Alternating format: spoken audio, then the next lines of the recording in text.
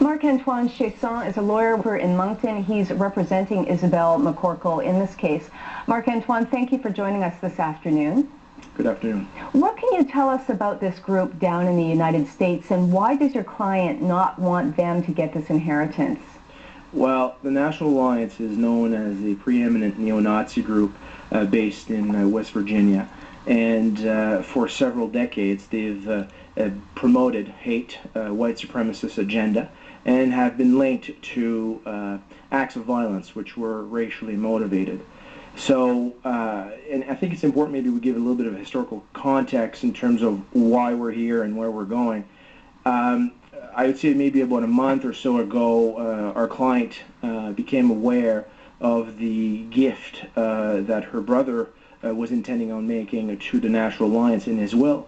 And when she found that out, that the gift was to go to this organization, she was certainly concerned and felt it was incumbent on her to do something to try to stop it.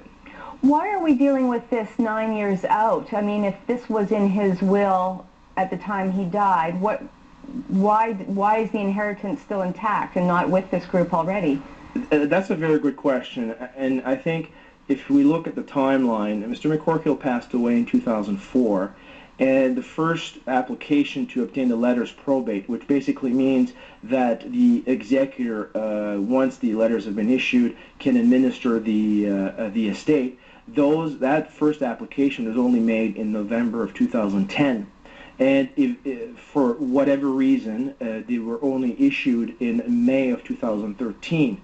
And it was at that point that it became known that the gift, or that Mr. McCorkle intended to make that gift, and that's what the media reports, that's what prompted our client to act. What can you tell us about McCorkle himself when he was alive? Why would he be interested in supporting this group? We have no knowledge of that at this point. The information is pretty scarce in that regard.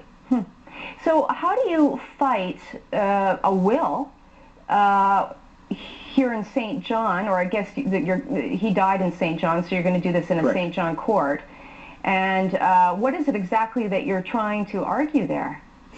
Well, I think the basic argument is this.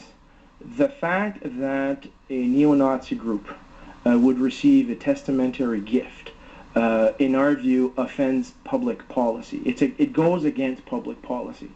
And courts have in the past intervened when gifts under wills did offend public policy. And it's our view, based on the history of the group and what it stands for, what it advocates, that the gift itself, under Mr. McCorkle's will, is against public policy.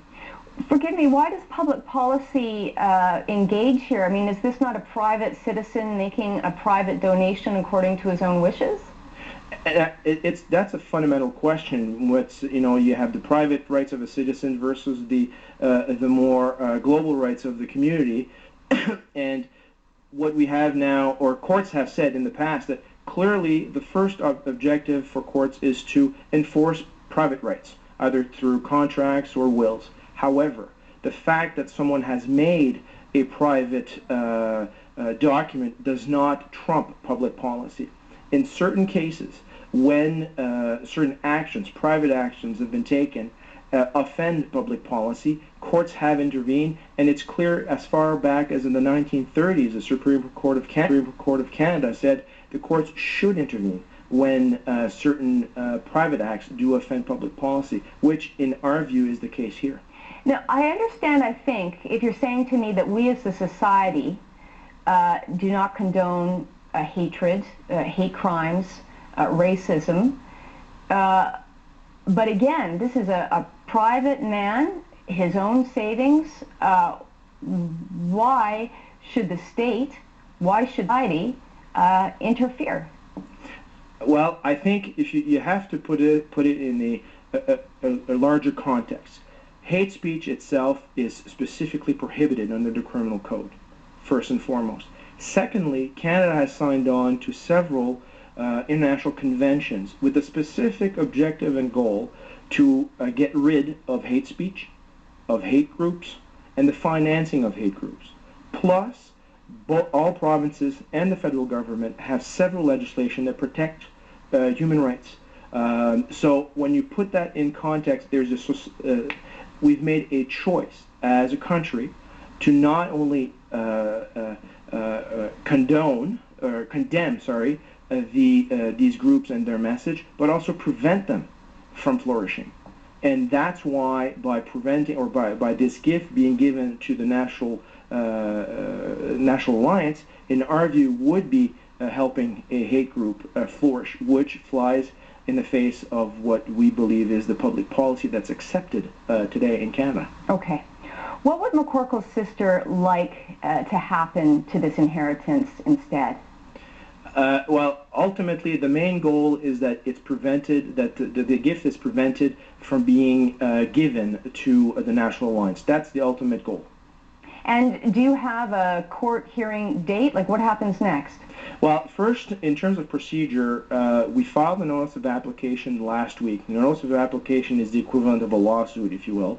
And then in the meantime, what we obtained earlier this week, an injunction preventing the estate to be dispersed or paid out until our application is heard on the merits of the case. But this injunction is only valid for 10 days. So we're now reconvening on July 31st of next week in order to argue that the injunction should continue until trial. What kind of fight do you expect the National Alliance will put up? That's a good, we don't know. We haven't had any idea of what their position will be or what response they'll bring at this time. All right. Well, very interesting. Thank you for telling us about it today. Thank you, Ms. Gave.